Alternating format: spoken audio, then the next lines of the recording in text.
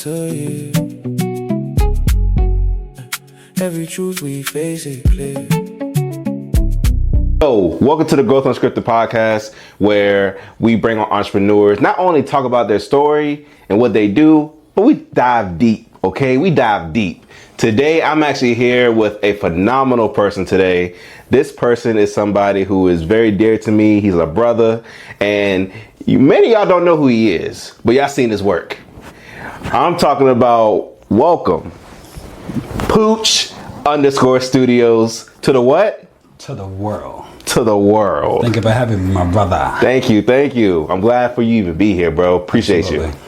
So, just want to dive into this real quick, right? For those who don't know you, can you actually tell them who you are and what you do?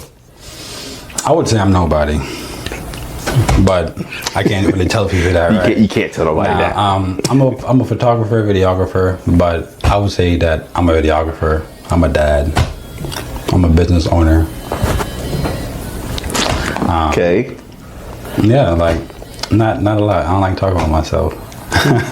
Why you like talking about yourself? Like this? Not like that. Like I guess like the the accolades. Like for me to sit here, I think it would be like kind of like I don't know. Don't worry, it's gonna unfold during this conversation. Of course, it's gonna unfold during this conversation. Okay. All right. So your dad, your videographer, your photographer. So real quick. What is it? What got you into even want to do photography and videography in the first place? Like what? Dancing. Like how did that even you got inspired to even do that? Dancing. Yeah. So I used to dance. I still somewhat dance. So I was dancing, and it was like I wanted. They wasn't taking my video, my photos, how I see it. So I'm like, let me pick up a camera, and I started picking up a camera. I started recording my niece and nephew instead of dancing, because they was the only person that was close to me. And then I took a photo, and I'm like, what the this is really nice. Showed my brother, he loved it. Showed my girl, she loved it. Everybody loved it. And then like I ended up buying the camera, literally. And then everything since then changed.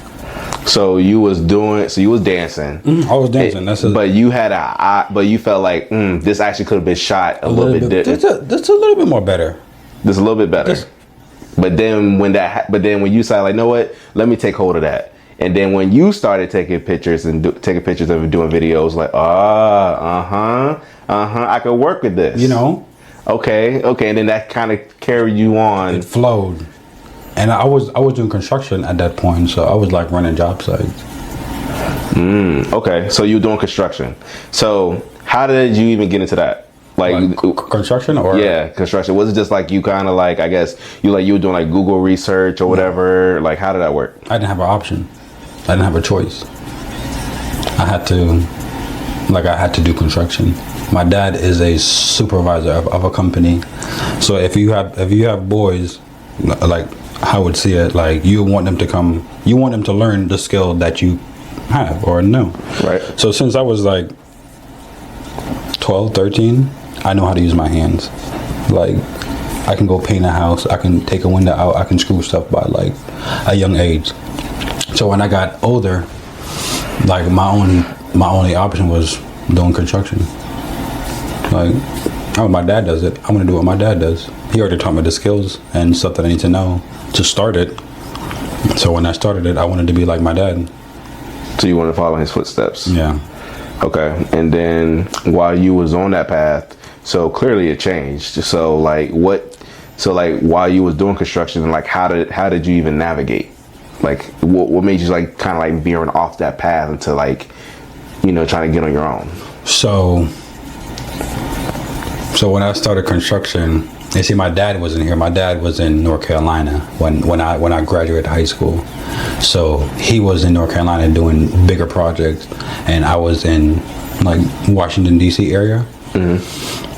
So I was talking to the guy yesterday. That's the crazy thing about it too. I was letting him know that I spoke about him, but like I asked the owner of the company, because my dad was right under the owner, yo, I want to work for your company. Yo, your dad is not here. I'm fine. Like I'll just work amongst like my brother and my friend and this guy. So it was like a Spanish guy named Al. he was like, I'll take him. Like, I'll teach him. So he kind of took me on into his wing. Like, crazy. Started off $12, $11 an hour. Like, talking about the bare minimum. Within 6 months, I went from 12 to like $16, $17. But he's teaching me the information, and I'm learning the information. Fast forward a year or two, and I'm making more money than my brother. My brother graduated high school 2 years prior to me, so he's been making money. So it took me 1 year to pass my brother. The friend that I was with, like, made like $18 an hour. 3 years later, I'm running buildings. Like, I'm running like this level 3-story. Like, I'm talking about, we had like 32-story buildings. So I'm running this level, and then fast forward, I got to where my dad was. And in my brain, when I got to where my dad was in my brain, I already picked up a camera, and somebody paid me like $100 or $70 for like photos, and it was like, what the fuck, you can make money off this shit? Bam. So I got to where my dad was at, made more money than my dad was made, and my dad was working at my site. And not to talk about it, but it was my mindset. Like, I wanted to be, you want to do more. Like, so I got to the level where I thought my dad was at, picked up a camera, got paid. When I got paid, everything changed. When I got paid off my camera, everything changed. I literally saved up like $10,000, invest all of that into like my cameras, what I thought I needed, and quit my job. Quit construction, like, walked away from it. How did your dad feel about that though when you did that? So I wouldn't say that he said I was an idiot, but he was like, what are you doing? Like, you're making money here and you're leaving to go not make money. I was making like I tell people, I was making $50,000 to $2,000 every week. As a like I said, I started working at 18, construction, and I stopped construction when I was like 25, 24. So within that 4 years, I was making, like, as a kid, I was making money. Okay. I mean, I get where you're coming from doing it. Because, I mean, to be honest, I mean, there is parents, of course, that does want their kids to kind of like follow in their footsteps at times. But I feel like, though, that we need to actually, we do need to take the time to actually carve our own path, right? Because it's the path of, I ain't gonna say less resistance, but it's the path of, like, you know, like, cool, I get that my mom or my dad did this, right? Awesome, right? But I will at least say that compared to other kids, at least you took the time to still go down this path, right? It's not like you said, nah, I'm not doing that. I mean, you gave it a chance. Some kids don't give it a chance, right? So for you to be able to, you know, go through that and then being able to like realize, like, you know what, this is cool and all, but I know that I want something more. I know that, and then like you said, when a person has paid you like $70 or $100 just to shoot like some video and photos, like, what? I was like, what the? Like, I didn't know that was a possible thing, right? So for you to be introduced to that, right? That's sent to you. It's just like for me, when I started getting into entrepreneurship, right? I was how I got into it. I was in high school. And when I was in high school, I ended up it was like an ad or whatever I saw on Facebook, right? And it was like selling like roadside assistance. Like roadside assistance. Like what? Yeah, get your car picked up, you have a flat or whatever. Like it was stuff like that. So like I got into it then, right? Cause it said like, you know, like for every person that signs up, you get like $80 or something like that. So I was like, why not? Yeah. So I started getting into that. Then I got to selling and figure out like, you know, different selling strategies or whatever. And they didn't really have like, compared to how things are now, they didn't have, of course, like a structured, like, you know, type of business, you know, strategy or whatever, really. It was just kind of like, you know, winging it. Yeah, winging it. Like they just post ads in group rooms or whatever, and they post like, you know, their link to it, and that's it, right? So like I started getting into Rich Dad Poor Dad, because I was told that was a good book. That is a really good book. Right, it is. Very good book. And also Think and Grow Rich. And when I started getting into that, I was at the same time I was working at Food Lion. So when I started realizing, started learning, like, you know, the different stuff, like, wait a minute, you telling me there's people who are employees, they're self-employed, then you have people who are owners and investors, what is this? So then I started getting into it more and started realizing, like, you know, school systems were pretty much designated for us just to be workers, right? And when they broke it down even more, you know, you have the lunch, you have the bell for you to go to, like, you know, for this time for class, bell when it's break time, you know, you have like your little recess or whatever, and then you go right back to working again. Structured. Yeah, it's very structured. So when I started thinking about that, I was like, that's what I'm doing right now in school. And then once I talk about jobs, how, you know, how people be working a 9 to 5, and they, for the most of them, they stay there forever. And, you know, it just made, at least that then compared to now, of course I think deeper on it now, but back then when I first heard that, like, so 9 to 5s technically are bad. So that was, at least I was thinking in my mind. So when I was during that time, when my boss used to tell me, like, you know, I need to go stock the shelves or whatever, I'll just have, like, you know, this like a attitude, like, why didn't you listen to you? Because you don't want to grow anywhere further than what you already is here. Like, I want to go do, you know, I want to travel. I want to go see the world. I want to go, you know, to Florida, Atlanta, all these types of places.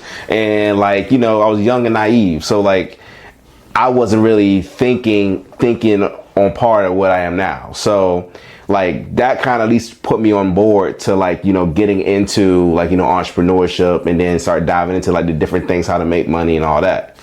But I realized, though, as well, that when I was in, when I was playing football, I realized my coach had favoritism. So I wanted, at least back then, I wanted to, you know, get at least opportunity to at least get a scholarship for playing football or something. But when that didn't work out, I was trying to figure what the hell I was supposed to do. But ooh, I know what you're talking about. I know that time. Yeah, and so, like, for college wasn't really something I really was into. My grandma and everybody wanted me to go to college, but then it was like, one, they're not going to pay for it, and also as well, my financial aid, I forgot what happened. It was something with the financial aid I had an issue with or whatever, but I just couldn't go to college. So that kind of just led me on my own path. So, like, being able to figure out and sit down and just realize, like, you know, I gotta change my life, right? I want something more. Like, a lot of us don't really tend to think about that until, like, way later in life. And then it's not even way later in life. You're telling yourself, like, oh my gosh, I'm so late to start this, when you're not late. You're never really late. Yeah. Even if you're 40, 50. You just got to start. Yeah. Like, yeah, you just got to start. You just got to get into it. So it does take time. So fast forward. So tell me, before we fast forward, let's actually dive back real quick. So in terms of, like, your family structure, how was it like growing up? So I was raised in my country. I was born in Jamaica. So What part? That's crazy. I can't say it in English. Like, you can't pronounce the name, or you just can't say the name? It just sounds so stupid, me saying it in English, because I'm so used to saying it in American terms as St. Thomas. But when I say St. Thomas, they're thinking of the island called St. Thomas, right? Right. You heard. It's not that how I say it in my culture, St. Thomas. St. Thomas. No. But don't try to sit here and try to do it. St. Thomas, completely different. Like, they will understand and hear the difference between St. Thomas and St. Thomas. They're spelled the same, but it's pronounced differently. It's pronounced different, like the Thomas, St. Thomas. I'm just saying St. Thomas instead of St. Thomas. Okay. So okay, you're born there. I was born there, raised there. Again, I just knew my dad coming in, like, Christmas time and leaving, so I knew that I have a father, and we call this thing called foreign. Like, where I'm at right now in America, it's called foreign. I don't know why. Please don't ask me. Ask the people back home. Got you. Foreign. So, dad, I think it was like my upbringing wasn't like a typical Jamaica, average Jamaica, but I lived in Jamaica I lived in Jamaica in the area. So Okay. my upbringing was a little bit better because I had my dad was live in America, so he was supporting me and my brother and my family. I had two brothers. 1, 2, 3. I'm the youngest one. My oldest one name is Kemara Maisi. He's an artist. Then my other older brother, which is Mick. I'm Mick. He rides a motorcycle. He's the one that I'm really close with him. But me and him came to America together, and then my other older brother stayed in Jamaica because that was my dad kid. When I got here, then I found out I had sisters. I'm like, oh shit, what the fuck is that? Yeah, sisters. I had sisters. From your dad. From your dad's side. Okay. From my dad. So when my dad left and was in America, like when I came to America when I was 6 or 7, I found that I had like siblings, like other siblings, and I always had brothers. I didn't know I had like sisters. So came here, had sisters again. So the same thing. Like grew up in a wouldn't say it was a bad area. I just grew up in a very good neighborhood, good school. I think my dad just wanted the best for us from where we was coming from, and then based on the lifestyle that he came up here and kind of been with his wife or my stepmom.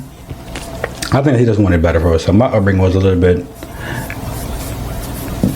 The view of it looks good, but I feel like I was the most trouble maker because of my mouth. Like I would just say like whatever comes, I'm saying it.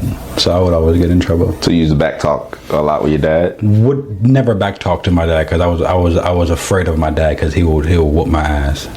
So Okay. It wasn't a back talk, but it was like, Nicholas, go pick that up.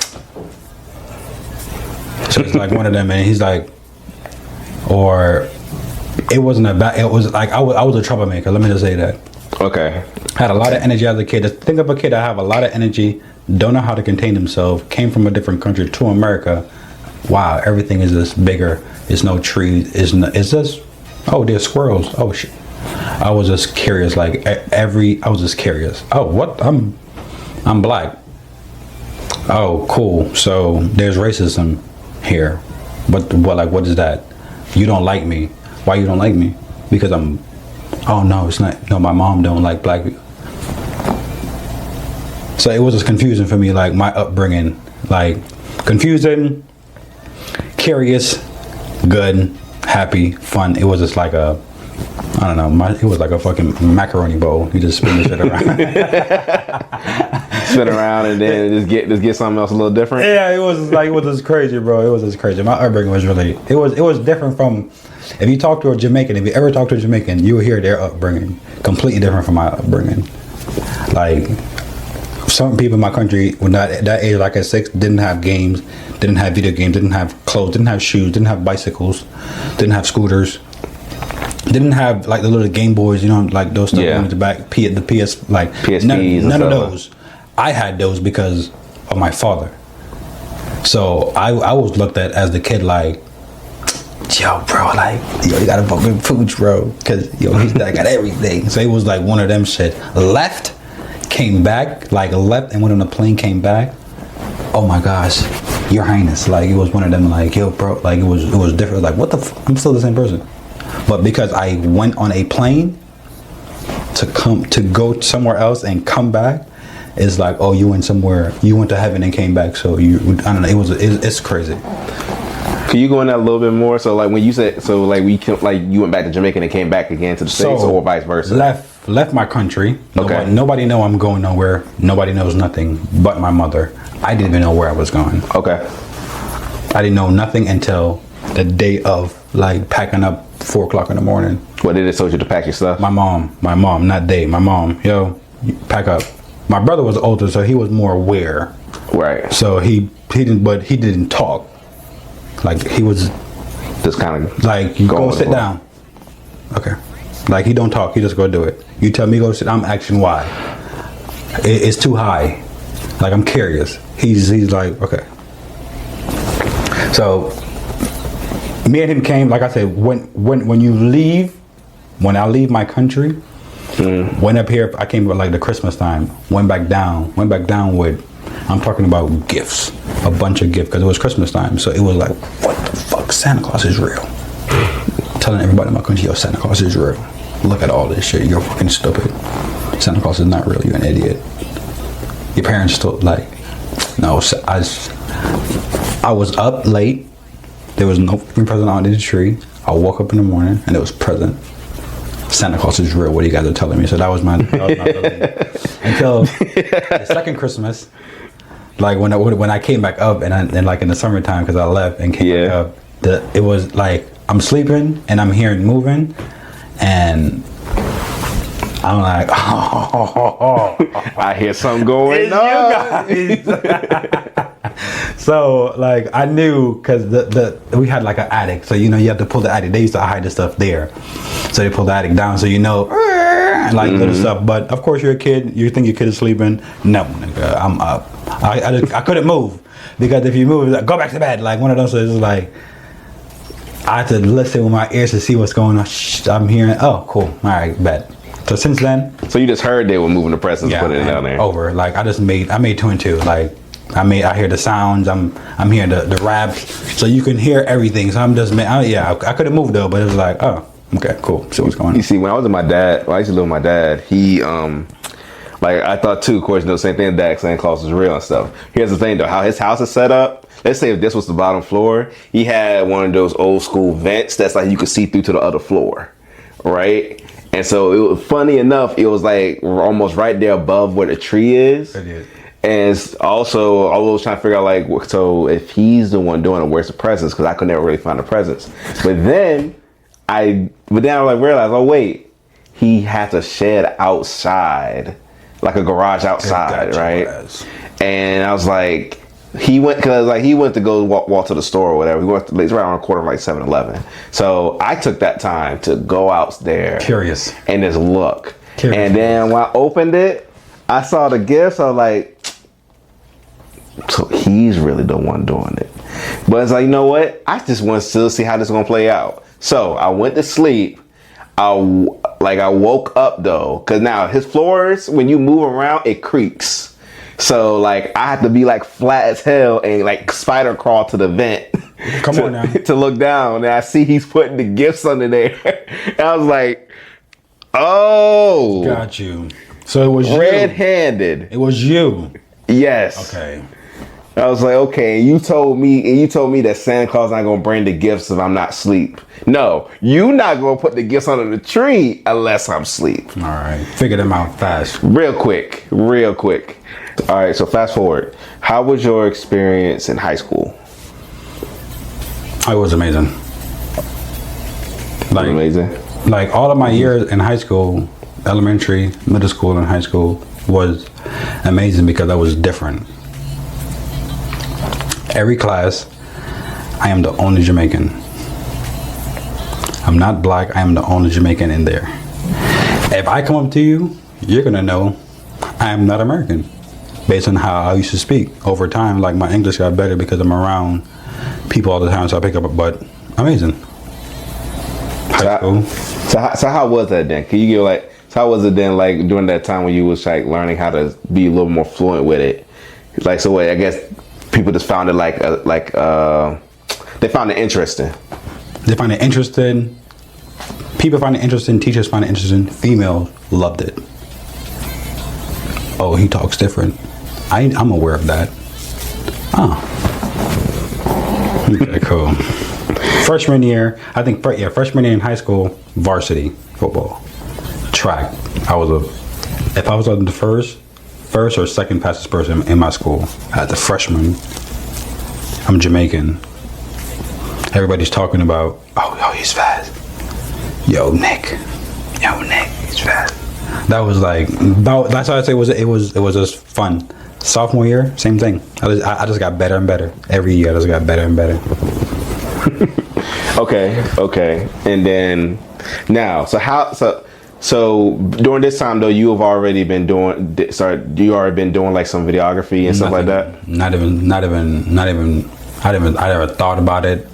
That point in high school, I knew I wasn't going to college.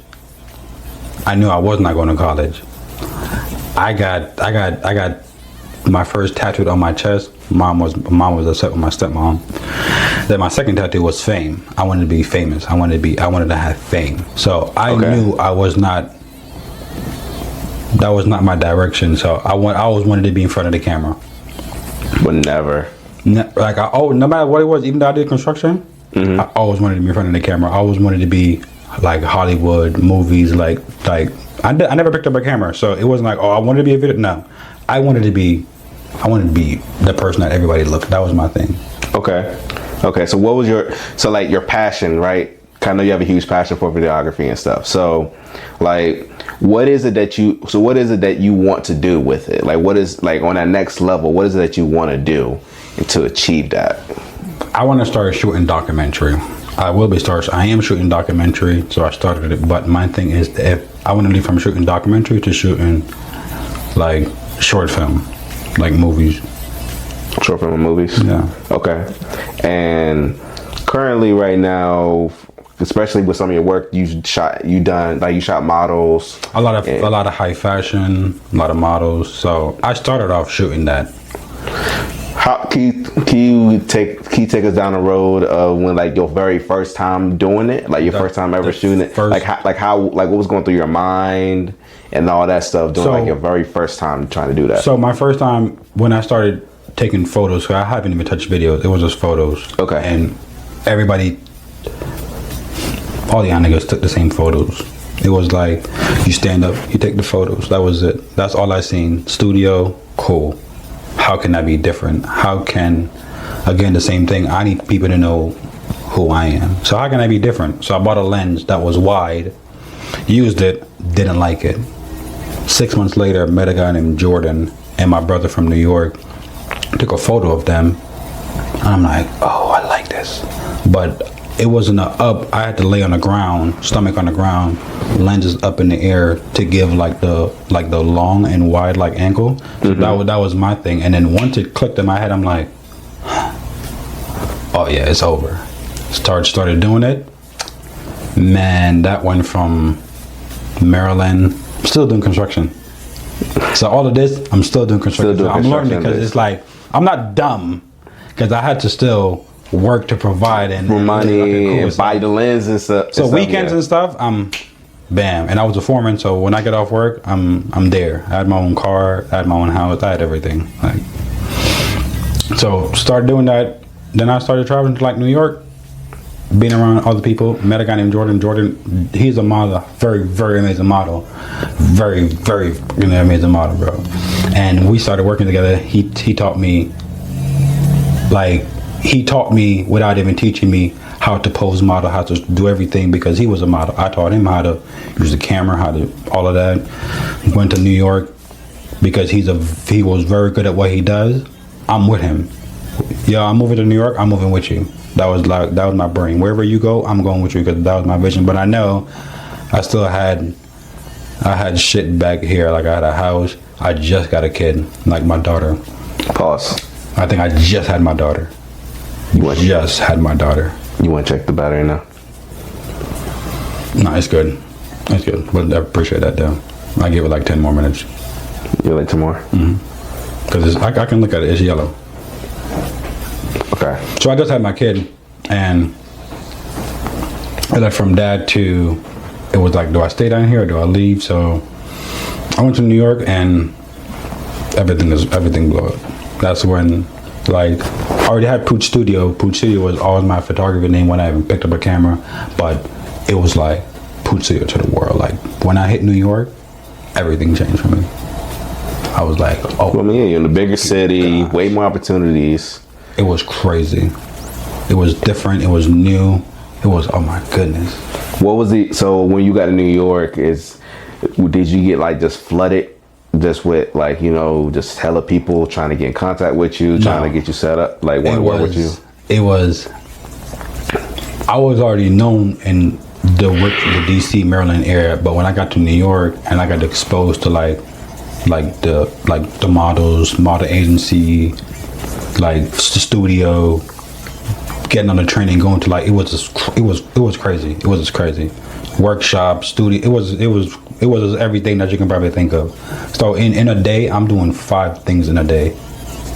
It was crazy. It was just me and the guy. We were just moving, pim, pim, pim, pim, pim. Well, so pretty much you was pretty much outside from sun up to sundown. Every day. Every single day. Every single day for 6 months. For 6 months, every single day I'm up. And then that time when I moved to New York, like a year prior before I moved, I'm just not getting into videography. Okay. So I had a kid. My kid is 7 years old, so I've been doing videos for 7 years. Photography for probably a year or 2. 6 years, yeah. 6 years, because my daughter started video. That's when I started doing video, and that's when I'm in. And since then, I've been just doing videos. I stopped taking photos because I felt like I hit my peak with construction-wise. When I know that I got where my dad was at. I hit my peak, so it was like I need to learn something else to keep going. I know how to take photos, my type of photos, so started learning videos. How can I make money with videos? Because I'm not making money in the fashion industry. I can shoot music videos. How much do I go for charging music videos? Oh, I was nervous. Somebody gave me a shot. Reach out to like 20 fucking artists. Only 2 people inboxed me. Rude Boy. Shout out. And what's it called? Don Screw is a Jamaican artist because I was Jamaican. So okay. I needed both world. So my audience was African, Jamaican, and American. So I needed to be able to relate to both because I'm Jamaican American. Like my people will call me Jamaican American, and you guys will call me, oh, he's Jamaican, or oh, he's American. Oh, you're Americanized now. I think we just say, well, I can't speak to everybody, but I think overall, we just say either Jamaican or you're American. Yeah. So that's it. I never heard Jamaican American. Yeah, I'm Jamaican American. I never heard of that before. Yeah. That could be some new shit. No, could be some new shit. It is. It probably is. Just saying. But that's how it started, and then my video went from shooting music video to I'm getting paid for it. Like it just went crazy. I don't know how to explain it. I'm a person, I'm eager to learn. So like if somebody tell me I can't do something, I'm gonna prove to you that I can do it. Nobody never told me I couldn't do photography. I told myself I couldn't do photography. So now I'm battling trying to prove myself that I can do it. Like everything else that somebody have told me that, oh, you don't know how to tie your shoes, I proved them wrong. Oh, you don't know how to do this, I proved them wrong. Oh, you don't know how to, I proved them wrong. Until I got to where I'm at right now. I'm trying to prove myself wrong, and that is fucking hard. Well, you see, that's actually funny you said that, because actually I wanted to dive into that part anyway. I wanted to dive into the pooster's mind real quick, okay? I want to dive into what is stopping Pooch. What does he feel like he's holding himself, like, from? I think I'm holding myself from a lot of shit, a ton of shit. But I feel like, I don't know what is stopping. If I tell you right now, I'd be lying. I don't know. But the brain is crazy up there. Like, other than this being on here. Like, I wish I could tell him a little bit more about the fuck what's up, right? I mean, it's up to you. Yeah, you can tell it, because. But the brain is crazy. This is a platform where we can do anything you want. It's crazy. Here. It's like I think completely different from most human beings. So. And why you feel like you're completely different? What makes you feel like you're completely different from any other human being? The moment I open my eyes, I'm ready to go.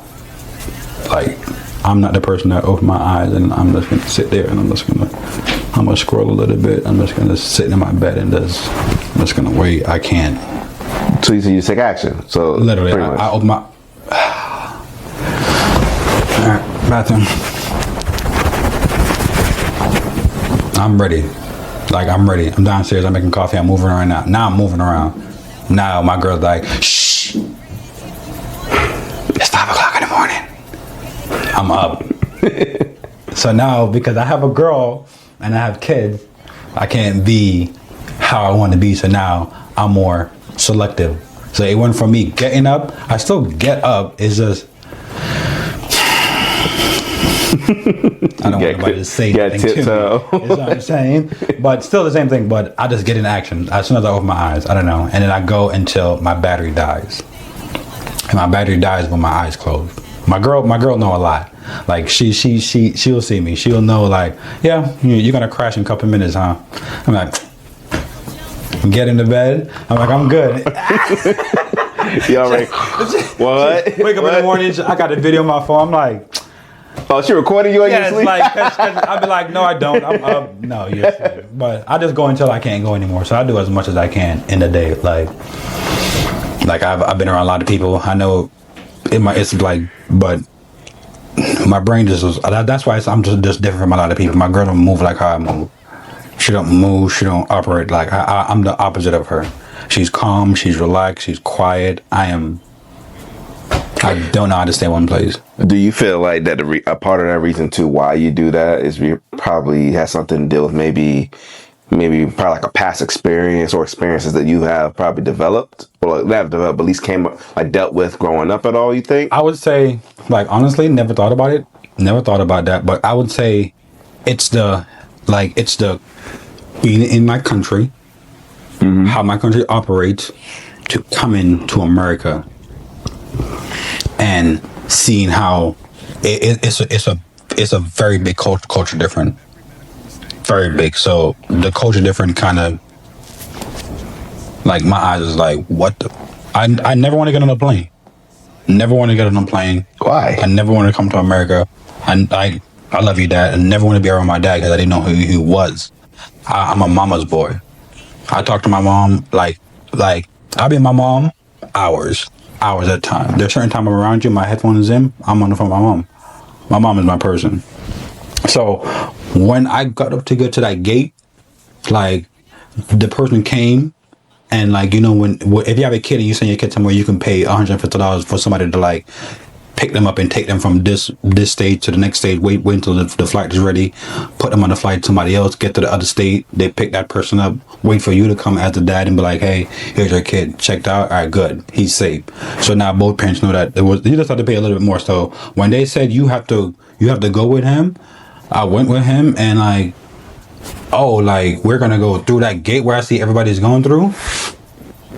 Oh no, I started crying from leaving my mom's arm to get into America to my dad. Kid you not, act my brother. That's a lot of tears. I was just crying. What the because now I'm understanding what's going on. I remember I told you I didn't know what was going on. They told me, yo, get up, you gotta go. Right. Got up and started going. It was like, what the fuck? I'm right. Seeing the airplane, it was like, oh yeah, who's leaving? Got on the airplane, started crying. Oh, let me show her the pilot cockpit. Oh, I'm crying. Don't care nothing about that. Where is my mother? That was like, where's my mother? But that was my culture shock. That's why the way I moved to where I moved is because of, I would say trauma. People say traumas in America, but that like going through everything I go through, I just feel like I don't feel like I'm overworking myself or doing anything crazy, but it's just like, I don't think, like I have friends that passed away, friends that I'm next to that doesn't make it. I had the opportunity to leave a community to come to a city. Whoa, this is crazy. I need to utilize it.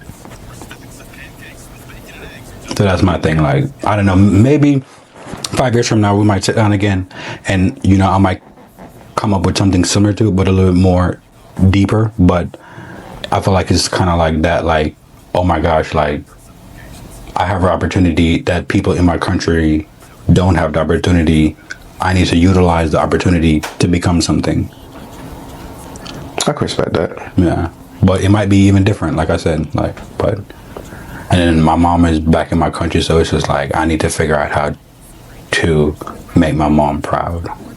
Because she didn't want me to leave construction, because I was taking care of my mom. I was giving her money every single week because I was making money. So I was taking care of my mom, building her house up, fixing her like places. Told her, yo, I can't do this no more. I can't focus. Oh my gosh, don't quit. How am I gonna survive? I don't know. I'm gonna figure it out. And she trusts me, and then now I figured it out. I'm able to still, whatever I was taking care of my mom, now I'm able to do the same thing now. That's good. With your mom, right? So I can understand completely. I can understand exactly where you're coming from when it comes to all of that, right? Would you? So now that you explained it, though, I can, at least from my perspective, how I see it is that you have this thing of that. I feel like you have a lot of weight that you kind of like feel like you have to take a lot of responsibility for. That's on your shoulders. But I like it. Because if I didn't have a lot of weight, I wouldn't be who I am. Right. Like whatever you're gonna, if I didn't have what you're about to say, like the weight, the pressure, I wouldn't be who I am. Do you feel like that's the only way, kind of like how you can keep going? I don't want that to be the reason why I keep going. Have you had thoughts about that though? Absolutely. Okay. Got you. And I guess it's kind of like too how can you reformat it in your head to where like it doesn't at least feel that way, right? So, and I said that will probably do with time. True. Yeah, like true. Time, people like time and wisdom, like I think that would do it. But as of right now, my brain is like, that's it. Like you got like a million things going on. Yeah, like and it's like I gotta do this, gotta make sure she's good. Gotta make sure my girl's good, gotta make sure my daughter get on the bus at 7 o'clock, gotta pick her up at 3 o'clock, gotta make sure she's picked up, gotta make sure I get money, gotta make sure my mom is good in Jamaica, is my brother good in Jamaica, where's my brother at? Is he riding the bike too fast?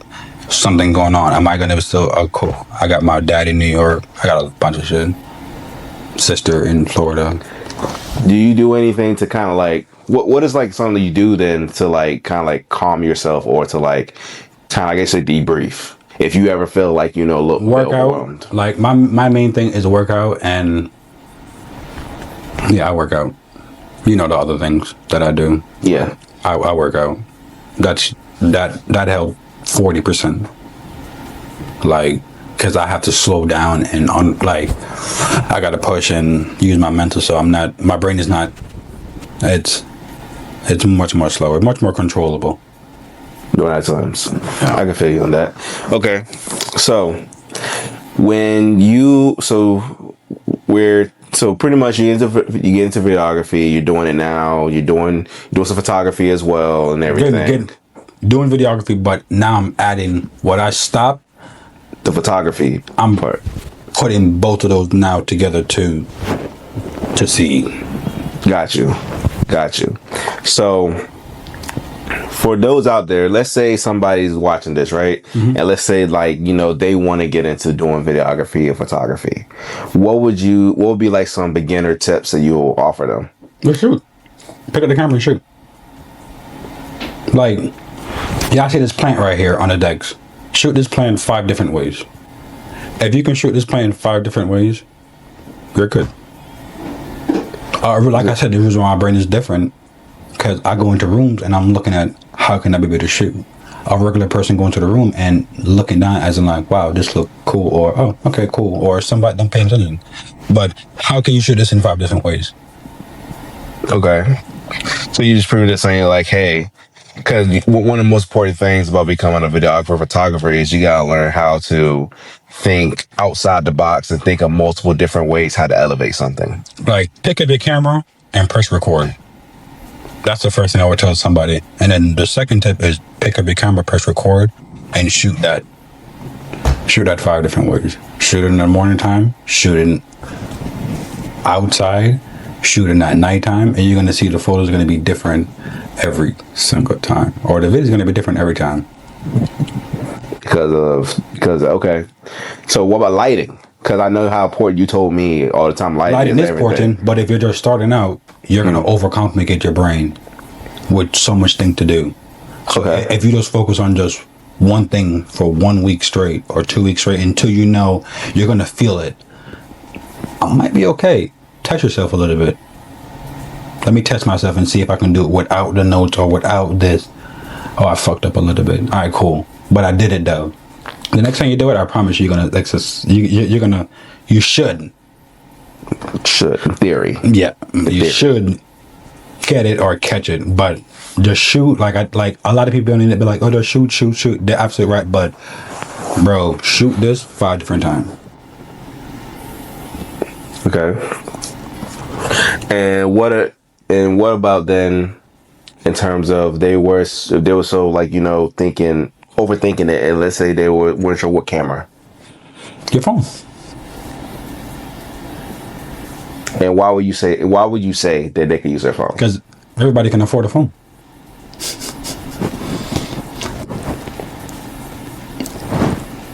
We look at phone as in like we have to have it, right? Right. I look at my camera. I need to have this. I have to have my camera on me 24/7. You have your phone on you.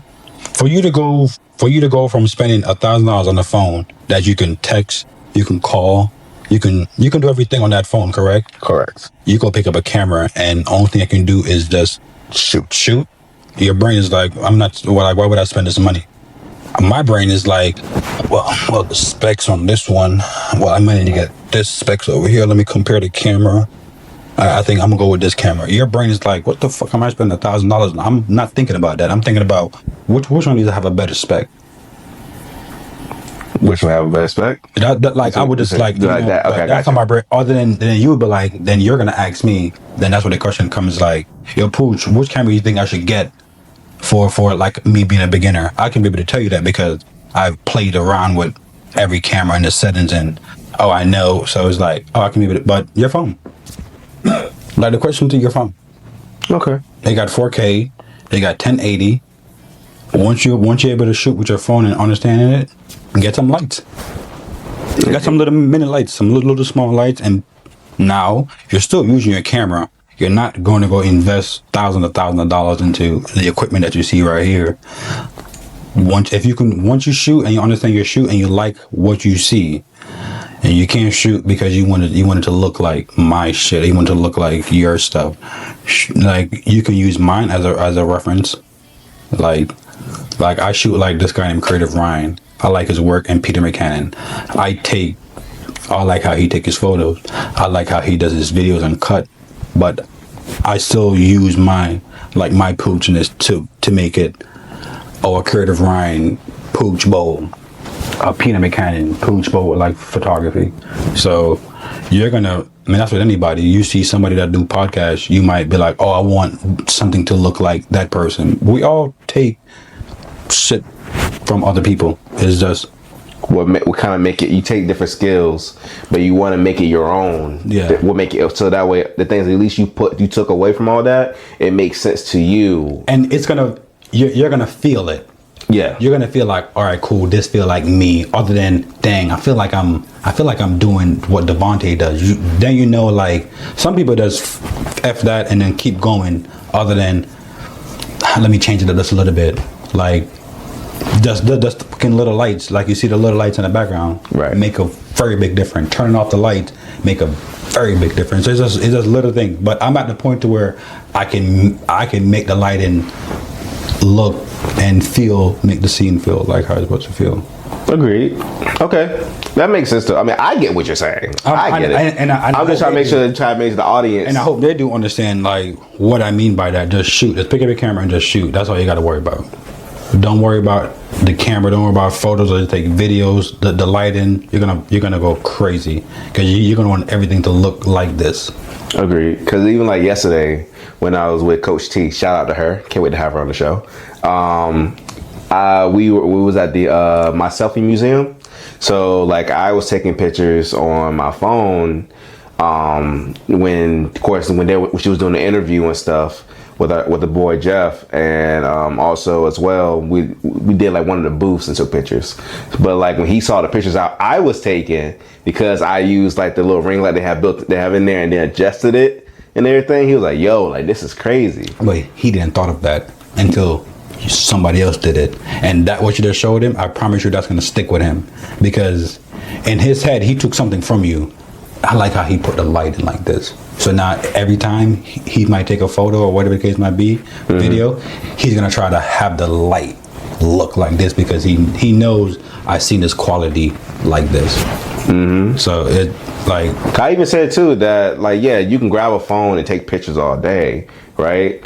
Now, not saying they're going to be great or horrible, but lighting does make a big difference though when it comes to that. It make it look like you got a professional, like $1,500, $2,000 camera. What? Who took that? Right? And it's like it's like that was like a simple iPhone and just the lighting and boom. But you will never know though unless you ask. And unless I decide to tell you. So we're about to wrap this up, but I wanted to get into one more thing. Talk to me. So right, when it comes to you trying to have a balance, I know your life is pretty chaotic, right? And you have. But he doesn't even look chaotic, right? It don't look chaotic. But because you know me, like personally, like my day to day is like, what the fuck? Yeah, it's like he got this going on. He got I've been that thinking, going on. look, I've been thinking my life is chaotic until I met like the boss. It's like, what the fuck? I'll be asking for this. Like, I'm like today. I'm like, how do you have time to like where is your time? Because he's always moving, bro. He's always on the call, everything. Well, one second, bro. I'm like, but go ahead. It's like, dang, every single second there's got something else going on. So I don't think my life, when I met him, I didn't think my life was busy until I'm like, what the? Oh, nah, he did. So, while your life being chaotic as it is, how do you try to find balance in that? Shooting for RVA Fashion. So, okay. Shout out to RVA Fashion. That's it. What else? I know you talked at least we had conversations. I know you talked about doing at least selling a LUT. I know you said that. You talked about it. Oh yeah. So I'm working on that. I'm really working on that. But the only way that's gonna work if I go outside and shoot in different time and different scenarios. So if I make this LUT, can this LUT work on nighttime, daytime, afternoon, and like can it work similar to where I can tell people like, yo, I think you guys should buy this because this LUT works on all of these different scenes. So it takes time. So I got to go out and shoot. It's all about shooting content, shooting different stuff. That's why I'd be eager to shoot different stuff. So that, okay, I got you. So if I'm selling you something, you know that it works on all of these things that I'm like doing. Okay. And what about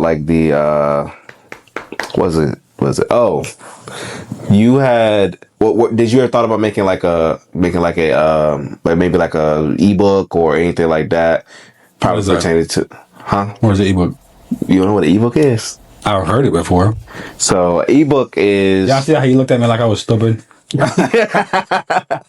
We do this all the time. We do this all the time. Okay. So an ebook is like it's a digital product. So think of like. Think of like a kid's book, for example. Oh, so I'm just talking about video. But it's digital. So I'm talking about this thing that I know? Yeah. Oh, not yet. Absolutely not. Hell no. I need help. You need help with that? I'm definitely gonna need help. Okay. I'll help you out with that. What?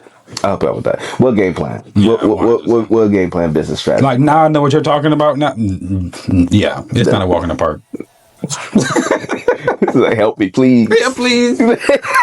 I'm begging you. All right. Well, Pooch, I appreciate you, bro. You're amazing. I appreciate you even coming on the show today. I know, because you dragged. I'm not going to tell you what you did. He dragged. I dragged his ass. Yeah, he did drag my ass. I dragged his ass, yes. He's been asking me for like three weeks or a month. I'm like, yeah, I got you. Every day I keep postponing his ass, guy. And also, he got a podcast too, just so y'all know. Fire on the motherfucking mic. No, you gotta look into your camera when you say. Oh, sorry. So look into your camera. On the mic, guys. Come on now. Fire on the mic. What's fire on the mic about? You guys come on there and you guys, experience it. You see how mysterious this man is. You said, no, you gotta find out. Yeah, you gotta find out. You gotta find out. Okay. Great conversation. I love it. Thank you again for even having me here, bro. Absolutely. It's Sunday, so I'm pretty sure our schedule is busy, but we made it make time. We finished it. Absolutely. And how would you say your experience is? 10 out of 10. If you guys are not sitting down with this man, then I don't need to know. You see, he's gonna get up on that skin and ask the questions that need to be Yes, it is. Yeah, he gonna I mean, it's just, I'm just trying to get to the nitty gritty. yeah. Just the nitty Yeah, gritty. don't hide it. Just lay it on. Just put it right on. Come on now. Right on. But bruh, thank you so much. Appreciate you. Listen, if y'all like the episode today, make sure to like, subscribe, and make sure to go follow him at Pooch_Studios. To the Okay. fucking world, guys. For real. To the motherfucking world. And also, if y'all want to get in contact about his services, DM him. He'll let y'all know what he got going on. And make sure to check out his work. He got some beautiful, beautiful work. Beautiful. I tell you, like, this man, honestly, he should be charging everybody at least about 3 bands. If you ask me. 3,000. We're working on it. We're working on it. We're working on it, but I'm just saying.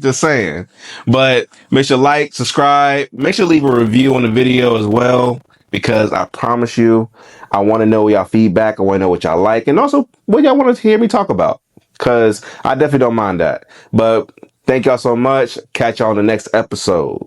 Peace out.